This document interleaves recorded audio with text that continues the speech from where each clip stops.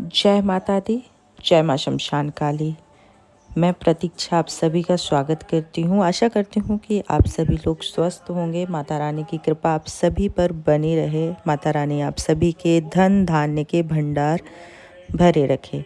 आज हम बात करते हैं कि जब आप भक्ति मार्ग में आते हैं और स्पेशली जब आप माँ कालिका की भक्ति करते हैं तो माता आपकी किस तरीके से परीक्षाएं लेती हैं।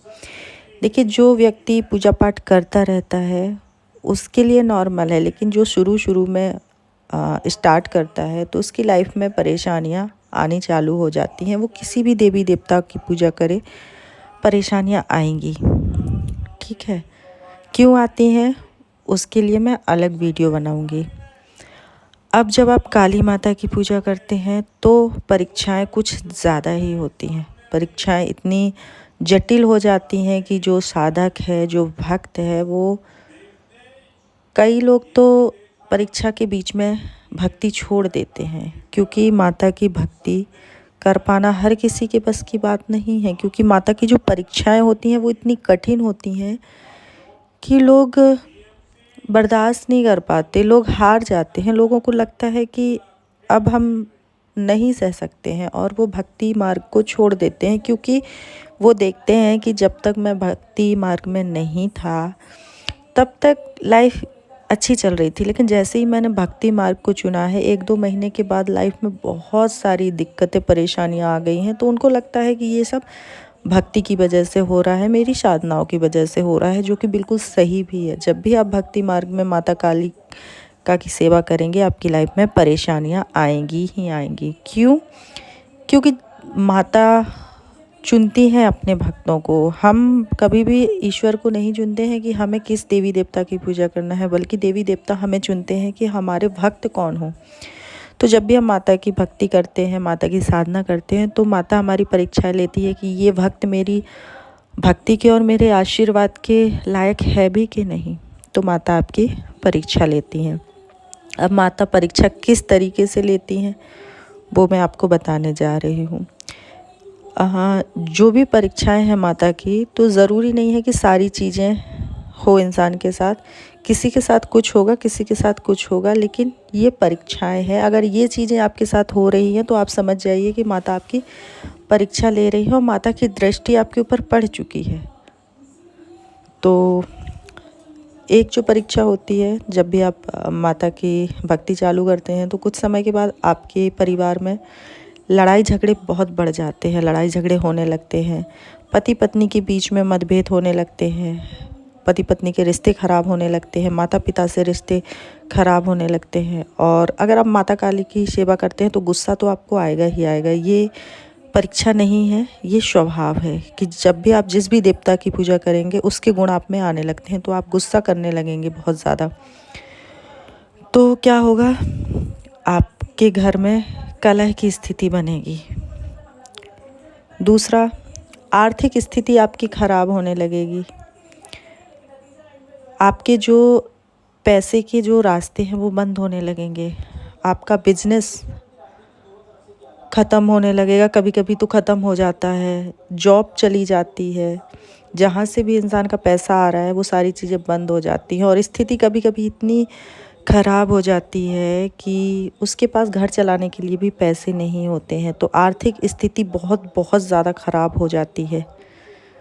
हेल्थ, बीमारियां आने लगती हैं घर में। किसी को भी, आपको भी हो सकती है, किसी और को भी बीमारियां, कुछ बड़ी से बड़ी बीमारी भी पता चल सकती है। आप भी घर में बीमारियां आने लगेंगी। कोई बीमार रहेगा तो बीमारी में पैसे जाएंगे, है ना।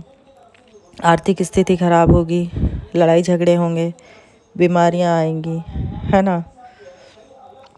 और हो सकता है एक्सीडेंट, लोगों की किसी किसी की एक्सीडेंट होने लगते हैं। आपका भी हो सकता है, आपकी फैमिली में, मतलब फैमिली में ऐसी ऐसी चीज़ें होंगी कि आपको समझ नहीं आएगा हो क्या रहा है। अचानक से आप बहुत परेशान हो जाएंगे। कई कई बार तो ऐसा होता है कि रिश्ते, पति पत्नी के रिश्ते ही ख़त्म हो जाते हैं, डिवोर्स तक स्थिति पहुंच जाती है।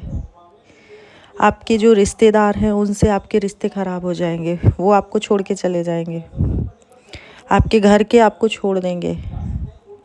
एक समय ऐसा आएगा कि सब छूट जाएंगे आपसे, आपके पास कोई रिश्ता नहीं रहेगा। कभी कभी तो किसी किसी के साथ क्या होता है कि हेल्थ से भी परेशान हो जाता है, आर्थिक स्थिति बहुत ज़्यादा ख़राब हो जाती है, रिश्ते नाते सब छूट जाते हैं, वो अकेला रह जाता है, कुछ भी नहीं बचता है। किसी किसी की स्थिति इतनी ख़राब कर देती है माता कि उसके पास खाने के लिए भी नहीं रहता है, 2-2 3-3 दिन भूखा रहता है वो इंसान। ऐसी स्थिति कर देती है माता।